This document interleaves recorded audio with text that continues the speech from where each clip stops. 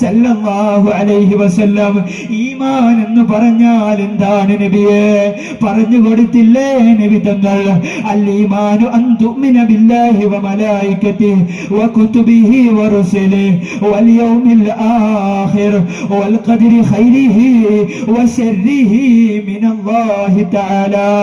ഈമാൻ എന്ന് പറഞ്ഞാൽ അല്ലാഹുവിനെ കൊണ്ട് വിശ്വസിക്കലാണ്, അല്ലാഹുവിന്റെ മലക്കുകളിൽ വിശ്വസിക്കലാണ്, അല്ലാഹുവിന്റെ കിതാബുകളിൽ വിശ്വസിക്കലാണ്, അംബിയാ മുർസലുകളിൽ വിശ്വസിക്കലാണ്, അംബിയാ മുർസലുകളിൽ വിശ്വസിക്കലാണ്, അന്ത്യദിനത്തെ കൊണ്ട് വിശ്വസിക്കലാണ്.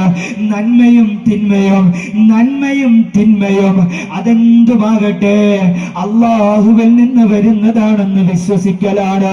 എന്ന് പറഞ്ഞിട്ട് മൂന്നാമത് ചോദിച്ചില്ലേ, മനിൽ ഇഹ്സാനു യാ റസൂലല്ലാഹ്.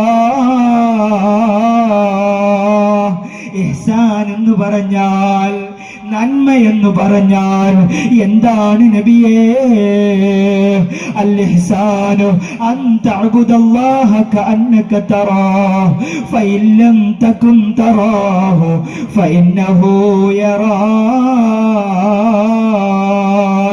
നബി തങ്ങൾ പറഞ്ഞു കൊടുക്കുകയാണ്, ഇഹ്സാൻ എന്ന് പറഞ്ഞാൽ നീ അല്ലാഹുവിനെ കാണുന്നില്ലെങ്കിലും നിന്നെ അല്ലാഹു കാണുന്നുണ്ട്, നിന്നെ അല്ലാഹു കാണുന്നുണ്ട് എന്ന തരത്തിൽ നീ അല്ലാഹുവിന് വേണ്ടി ഇബാദത്ത് ചെയ്യലാണ്.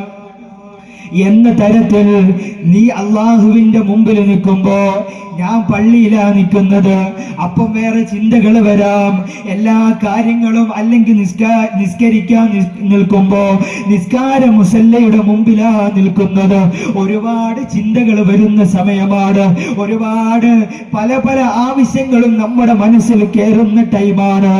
ആ സമയത്ത് അൻത അബ്ദുല്ലാഹ് കഅന്നക തറാഹു ഫഇൻ ലം തകുൻ തറാഹു ഫഇന്നഹു യറാക്.